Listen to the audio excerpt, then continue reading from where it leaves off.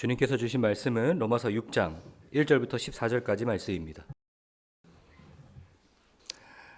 1절부터 14절까지 말씀을 교독하도록 하겠습니다. 좀 천천히 읽도록 하겠습니다. 그런즉 우리가 무슨 말을 하리요? 은혜를 더하게 하려고 죄에 거하겠느냐?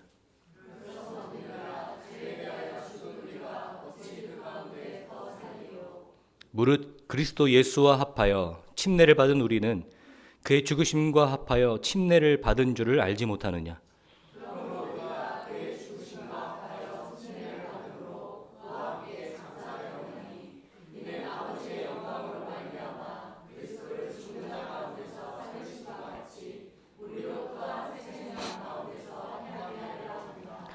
만일 우리가 그의 죽으심과 같은 모양으로 연합한 자가 되었으면 또한 그의 부활과 같은 모양으로 연합한 자도 되리라.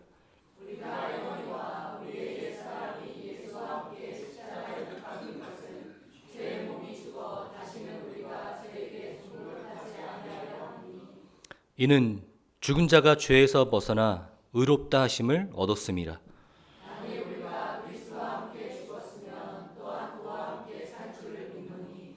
이는 그리스도께서 죽은 자 가운데서 살아나셨음에 다시 죽지 아니하시고 사망이 다시 그를 주장하지 못할 줄을 알미로라.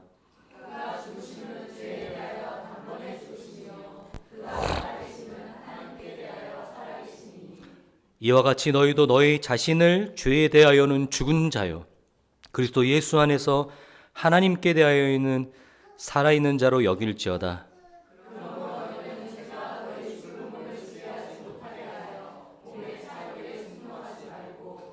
또한 너희 지체를 불의의 무기로 죄에게 내주지 말고 오직 너희 자신을 죽은 자 가운데서 다시 살아난 자 같이 하나님께 드리며 너희 지체를 의의 무기로 하나님께 드리라.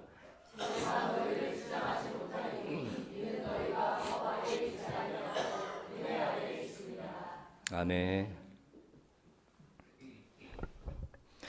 하나님의 은혜가 여러분들과 함께 하시기를 주님의 이름으로 축원합니다. 제가 아들이 감기가 걸려서 병원에 갔더니 대기만 1시간 반 하다 나왔어요. 치료도 못 받고. 병원이 지금 난립니다. 감기가 독감에다 환자들이 많은데요. 그래서 좀 빠지신 분들도 있을 줄 아는데 여러분 건강 유의하시고 좀 조심하셔서 행여라도 감기에 걸리셨더라도 마스크 쓰고 예배 드리십시오. 네. 오늘은 제가 굉장히 중요한 이야기를 하려고 합니다. 너무나 중요해서 이 6장은 제가 쪼개고 있습니다. 사실 이 6장의 이 내용만큼 우리 교회에서 중요한 내용은 없는 것 같습니다.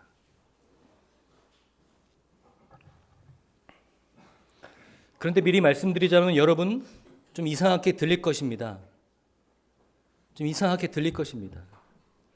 왜 그러냐면 다소 좀 우리가 잘못 알고 있었던 것은 사실입니다. 즉 우리가 이것에 대해서 다시 한번 생각해 봐야 되는 것은 사실입니다. 저는 저의 신학적 견해라든지 아니면 저의 개인적인 깨달음을 전하려고 이 자리에 서 있는 사람이 아닙니다.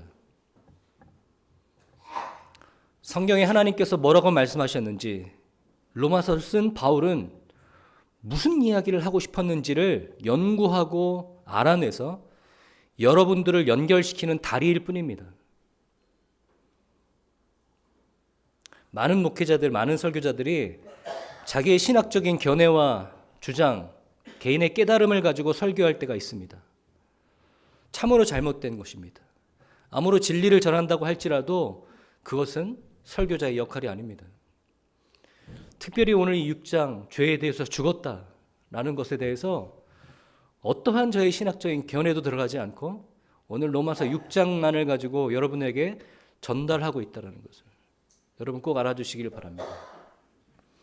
죄에 대해서 죽었다라는 표현을 가지고 지난주에 우리가 말씀을 나눴습니다. 그런데 아직도 잘 연결되지 않으실 겁니다. 잘 이해되지 않으실 겁니다. 왜 신분이 변했다? 그 신분은 한 번 얻어낸 것이고 절대로 변하지 않는다라는 말을 먼저 했을 먼저 했을까 잘 이해되지 않으실 분들도 있을 겁니다. 오늘은 본격적인 이야기를 할 겁니다. 잘 연결해 보시길 바랍니다.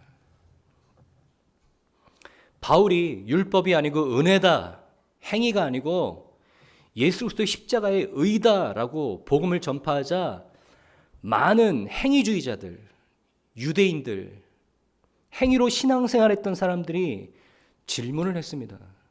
그러면 우리의 신앙의 책임은 아무것도 없느냐? 우리는 아무렇게나 살아도 되느냐? 거기에 대한 답이 6장입니다. 그럴 수 없다. 죄에 대해서 죽은 우리가 어떻게 은혜를 더하게 하려고 죄를 더하게 했느냐? 그럴 수 없다. 강한 어조로 얘기합니다. 그런데 아멘, 그럴 수 없지. 그러고 말고 라고 동의하지만 우리가 불편한 건 사실입니다. 여러분, 죄에 대해서 죽었다라는 것은 여러분이 예수 그리스도의 십자가로 말미암아 하나님의 자녀라는 신분을 얻어냈다라는 말이라고 말씀드렸습니다. 예수 그리스도가 십자가에 죽으심으로, 단번에 죽으심으로 그 과거의 사건이 여러분을 죄에 대해서 죽게 했다라고 말씀드렸어요. 죄에 대해서 죽었다라는 것은 네크로스라는 헬라어인데요. 이 말이 뭔지 아세요? 시체라는 말입니다. 시체. 죽어있는 상태를 얘기하는 겁니다. 이미 죽어있는 상태. 자, 그런데요. 우리가 불편한 건 사실입니다. 죄에 대해서 죽었다고 하는데 어떻게 그럴 수 있느냐? 사도 바울이 반문을 합니다. 어떻게 그럴 수 있느냐? 그럴 수 없다. 그런데 우리 삶은 안 그렇다고요. 네, 저도 아멘 하는데 저도 거기에 동의하고 강하게 주먹 불끈 쥐고 외치고 싶은데 우리 삶이 그렇지 않다고요. 얼마나 많은 넘어짐과 유혹에 빠져서 일주일 사셨습니까? 아니요. 그런 죄에 대한 열매 이야기하는 거 둘째치고 죄는 뭐냐면 하나님 없이 삶을 사는 우리의 모든 시간들을 이야기합니다. 하나님 없이 사는 우리의 모든 시간과 인생들을 하나님은 죄라고 말씀하십니다. 하나님께로 벗어난 모든 삶의 시간과 여러분, 죄를 행동으로 옮기시지 않았더라도 마음속으로 품으신 적 없습니까? 여러분, 행동으로 옮기지 않았다고 여러분 의롭게 살았다고 일주일 동안 말씀하실 겁니까? 성경은 말합니다. 마음속에 음욕을 품어도, 형제를 미워하는 마음을 품어도 그것이 죄라고 말씀하십니다. 이게 죄에 대해서 죽은 사람입니까? 이게 죄에 대해서 죽은 사람입니까? 이 로마서 6장은 다시 한번 예수 그리스도의 십자가와 우리를 분리하기 위해서 존재하는 장입니까?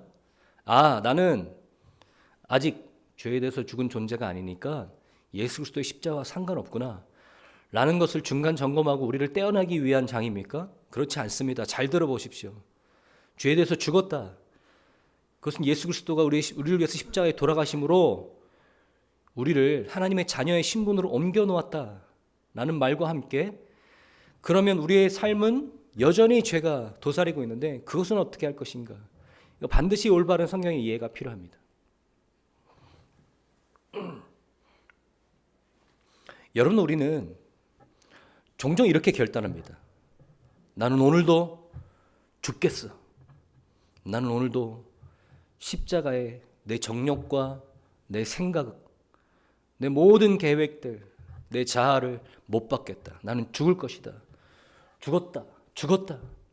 어떤 목사님이요, 이 설교하는데 여러분 아직도 죄 짓고 계시죠? 아직도 죄 잘 못 다스리시죠? 자, 우리 한번 죄에 대해서 죽었다 빠르게 100번 한번 해봅시다. 네, 실제로요. 네. 이렇게 주먹을 흔들면서 해보자고 말씀하세요. 100번 빠르게 이렇게 하면 죄에 대해서 죽습니까? 아니죠. 오히려 방언이 터지죠. 죄에 대해서 빠르게 죽었다 100번 그렇다고 죄에 대해서 죽지 않습니다. 그러면 죄에 대해서 죽었다라고 얘기하는 우리의 고백들은 그것은 무슨 의미가 있는 걸까? 여러분, 오늘 성경 말씀 잘 보십시오. 예수 그리스도가 우리와 합하여 죽으심으로 침례되었고 장사된 바 되었으며 그의 살아나심으로 우리와 합하여 우리도 살아나게 된 것이다 라고 말하고 있습니다. 3절과 4절은요. 이것은 무엇을 의미하고 있는지 아세요? 이것은 무엇을 의미하고 있는지 아세요? 여러분 일주일 동안 여러분 열심히 죄에 대해서 죽으려고 나는 죽었어. 죽었다 외치면서 사셨죠? 그런데 어떠셨습니까? 여러분 꼭 기억하십시오. 우리는 죽을 수 있는 존재가 아닙니다. 우리는 우리의 힘으로 죽을 수 있는 존재가 아닙니다. 이상하게 들리세요? 다시 한번 말씀드릴게요. 예수 그리스도가 우리를 위해서 십자가에 죽으시고 장사되어서 부활하셨어요. 우리는 그와 합한 자가 되어 우리가 하지도 않은 일을 예수 그리스도의 죽으심으로 말미암아 우리도 죽게 하셨어요. 이게 뭘 의미하고 있는지 아세요? 우리가 할 수 없어서 예수 그리스도가 하신 거라는 거예요. 그런데 우리는 우리가 할 수 있다고 생각해요. 우리가 할 수 있었으면 예수 그리스도가 우리를 위해서 대신 죽으실 필요가 없죠. 우리가 죽을 수 있었으면, 우리가 그럴 수 있는 존재라면 예수 그리스도는 우리와 상관이 없죠. 끊임없이 인간들은 자기가 무엇이 할 것이 있는지 찾아서 됩니다. 그게 죄의 종의 습관입니다. 여러분 노예를 건져냈다고 생각해 보십시오. 그 노예를 건져냈어요. 자유인을 만들었습니다. 자유인을 만들었어요.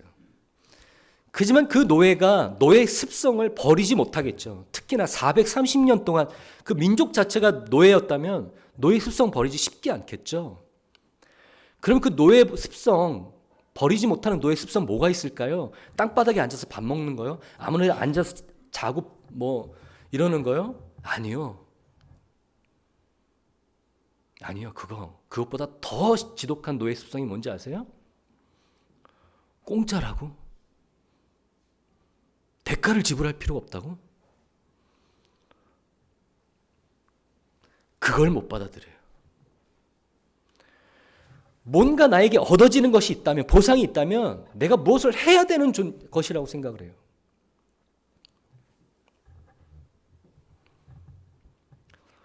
예수 그리스도가 우리를 위해서 십자가에 돌아가신 그 은혜 알겠어. 하지만 그 다음에 우리가 그것을 조금씩 갚아나가야 돼. 갚아나가야 돼. 그러기 위해서 우리에게 꿔준 거야, 그 은혜. 아니라고요. 네. 여러분, 예수님께서 내가 먼저 죽을 테니까 너네들 잘 봐. 이렇게 죽는 거야. 자, 내가 이 죽음으로 너네들을 속량해서 샀어. 자, 이제부터 너네들이 내가 한 일들을 이제 갚아나가면서 살아야 돼. 자, 이 말이 이상하게 들리는 이유는요, 이 말이 다 틀리는 건 아닙니다. 그죠? 다 틀린 건 아니에요. 네. 하지만 죄에 대해서 죽은 존재라는 이해를 관계에서는 반드시 이 말은 먼저 나와야 될 말이 아닙니다. 먼저 우리가 깨달아야 될 머리 같은 의미가 아니에요. 근데 우리는 이 의미를, 죄에 대해서 죽었다라는데 이 의미를 머리로 가져옵니다. 죄에 대해서 죽었다라는 이 말의 가장 머리된 의미가 뭐라고요? 우리가 죽을 수 없어서 예수 그리스도가 우리를 위해서 대신 죽었다. 그래서 우리를 죄와 사망에 법어서 성령의 생명으로 옮겨 놓았다라는 거예요. 근데 바울은 이 말을 썼을 때 반드시 목적이 있습니다. 이 말을 여러분들에게 읽게 했을 때 전달해서 반드시 목적이 있습니다. 그 목적은 분명한 거예요. 더 이상 죄 짓고 살지 말라라는 거예요. 더 이상 썬데이 크리스찬으로 살지 말라라는 거예요. 신앙생활이랑 육신의 생활이랑 병행하면서 살지 말라라는 거예요. 그러면 바울은 우리에게 그러한 것들을 권면하기 위해서 어떤 표현을 썼을까요? 우리에게 뭐라고 권면하고 있을까요? 너네가 이래야, 여러분들이 이렇게 해야 더 이상 죄의 종의 모습으로 살지 않을 수 있습니다. 여러분 성경의 표현 보시겠습니다. 11절입니다. 11절이 중요한 말씀입니다. 이와 같이 너희도 너희 자신에 대하여는 죽은 자여 그리스도 예수 안에 하나님께 대하여는 살아있는 자로 여길지어다. 중요한 말이 뭐예요? 여길지어다예요. 여길지어다. 여러분 가장 첫 번째 우리가 되게 중요하게 생각해야 되는 것은 그렇게 여겨야 되는 거예요. 그렇게 여겨야 돼요. 나는 죄에 대해서 죽었어. 나는 더 이상 죄의 종이 아니야. 나는 죄와 사망의 법에서 생명의 성령의 법으로 옮겨진 사람이야. 나는 예수 그리스도 안에 있는 사람이야. 라고 여기면서 사셔야 돼요. 먼저 여기면서 사셔야 돼요. 여러분 이것이 제대로 여러분 안에 생각 전환이 이루어졌을 때 그 다음에 우리 몸을 의의 병기로 드릴 수 있는 겁니다.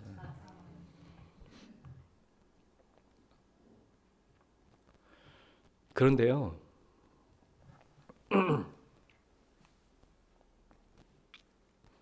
그러면 매주마다 모여서 그렇게 선언하고 예배 시작하고 그렇게 선언하고 예배 끝나고 또 일주일 동안 너무 안타깝지만 또 넘어지고 이렇게 사는 걸까요? 근데 그것 또한 죄에 대해서 죽었다라는 것에 그렇게 올바른 말은 아니죠. 자, 한번 보겠습니다. 죄에 대해서 죽은 우리는요, 더 이상 죄가 주인 노릇하지 못한다라는 말입니다. 죄가 주인 노릇하지 못한다. 자, 다음 주에 제가 죄의 종, 의의 종에 대해서 6장 마지막 그 부분을 다시 한번 말씀드릴 겁니다. 이 부분에 대해서. 죄의 종에서 의의 종이 됐다라는 것은 죄가 우리의 주인이 아니라 의가 우리의 주인이 됐다는 얘기입니다. 다시 한번 생각해 보십시오. 죄가 더 이상 우리의 주인이 아니라 의가 우리의 주인으로 바뀌었다라는 말입니다. 그래서 죄에 대해서 죽었다. 죄는 더 이상 우리의 주인이 아니다. 우리는 더 이상 죄의 종이 아니다라는 말은요, 죄가 더 이상 우리를 어떻게 할 수가 없다라는 말이에요. 좀 더 정확하게 좀 들어가 보겠습니다. 여러분, 우리 이전의 상태를 좀 생각해 보시길 바랍니다. 우리 이전에 어떤 사람이었죠? 성경은 우리가 하나님 알기 전에 예수 그리스도의 피로 말미암아 구원받기 전에 우리의 상태를 뭐라고 얘기하냐면 죄의 종이라고 얘기합니다. 죄의 노예라고 얘기합니다. 그것에 대해서 왜 그렇게 표현하냐면 죄가 우리를 질질 끌고 우리에게 소유권을 주장하고 있다는 거예요.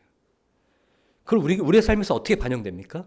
우리는 죄를 끊어낼 수도 없고 죄를 죄인지도 모르고 죄에 대해서 어떠한 저항 능력도 없어요. 다시 말해서 죄를 짓고 사는데 아무런 저항이 없어요. 아무런 반항도 없고 아무런 적개심도 없어요. 그게 죄의 종, 죄의 노예라는 증거입니다. 그게 불신자의 상태라고 성경은 얘기합니다. 여러분 그러지 않으셨어요? 여러분 죄 짓고 사는데 불편하셨어요? 불편하셨어요? 하나도 안 불편했잖아요. 즐겁잖아요. 오히려 더 찾게 되잖아요. 여러분 제가 몇 번 말씀드렸습니다. 성경에서 이야기하는 하마르티아라는 죄라는 단어는요, 관역에서 벗어났다는 얘기예요. 말 그대로 우리 사회 규범적인 죄뿐만 아니라 하나님의 관역에서 벗어난 사람들, 하나님으로부터 벗어난 사람들, 그 벗어난 삶의 모습들을 다 죄라고 합니다. 그런데 여러분 그렇게 사시면서 불편하셨어요? 전혀요. 그렇지 않잖아요. 그것을 죄의 종의 상태라고 얘기합니다. 그런데 그랬던 우리를 죄의 종에서 의의 종으로 옮기셨습니다. 우리의 행위가 아니라, 조건이 아니라 예수 그리스도의 사랑으로, 하나님의 사랑으로 말미암아 예수 그리스도의 피로 말미암아 우리가 예수 그리스도 안으로 옮겨진 사람들이 됐어요. 그래서 우리를 죄의 종이 아니라 의의 종이 됐다는 얘기입니다. 그러면 우리에게 달라진 건 뭡니까? 우리는 죄에 대해서 싸울 수도 있고, 죄에 대해서 승리할 수도 있고, 죄를 거부할 수도 있는 존재가 됐다라는 걸 얘기하는 거예요. 더 이상 그 죄에게 질질 끌려다니지 않고 우리 안에 예수 그리스도의 성령의 법이, 성령의 인치심, 그 성령의 능력이 우리를 그 죄로 말미암아 싸울 수 있게 했다라는 거예요. 그런 사람이 됐다라는 거예요. 죄에 대해서 죽었다라는 것을 상태 또는 완전주의자들이, 그게 뭐 죄에 대해서 죽은 거야, 뭐 그렇게 살면서 뭐 죄에 대해서 죽은 거야, 아니야, 아니요. 아무도, 어떤 사람도 이 몸을 벗는 그날까지 완전한 신앙생활을 하는 사람 없습니다. 아무도 그럴 수 없습니다. 우리는 죄에 대해서 예수님께서 우리를 위해서 죄에 대해서 죽으심으로 말미암아 우리 안에 그 저항 능력, 죄에 대한 거부할 수 있는 우리의 의지, 또 그 죄에 대해서 빠져나와 하나님의 의에 이르도록 우리를 인도하는 그 하나님의 말씀, 그 하나님의 말씀을 우리 마음속에서 움직이게 하고 들리게 하는 그 성령의 인도하심, 이런 하나님의 은혜 가운데 사는 사람들입니다. 확실하게 죄의 종에서 의의 종으로 확실하게 바뀌었죠. 여러분의 상태를 보면서 난 뭐야, 난 아무것도 안 바뀌었어 라고 자책하지 마십시오. 자책하지 마세요. 여러분, 제가 20대 때 저를 바꿔놓은 책 한 가지 있는데 스틱이라는 책이에요. 강점혁명. 그 책은 뭐 성서적 세계관도 아니지만 이런 말입니다. 여러분 단점 고치려고 여러분 인생 낭비하지 마십시오. 여러분 단점 죽어다 깨어나도 못 고칩니다. 여러분 강점을 살리십시오. 이런 말이에요. 참 맞는 말이더라고요. 여러분, 제가 이 말에 빗대서 말씀드릴게요. 여러분 부족한 모습 있죠. 아직 우리가 그 노예된 신분에서 벗어나지 못한 채 우리에게 남아있는 습성이 있습니다. 옛사람의 모습이 있죠.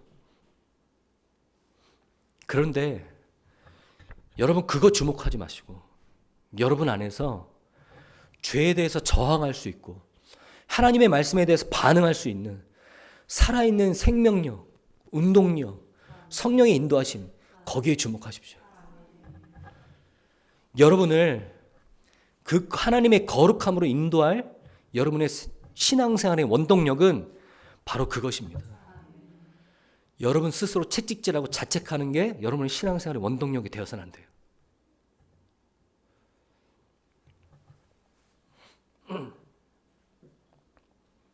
오늘 우리가 함께 우리 삶에서 같이 좀 선포했으면 좋겠습니다.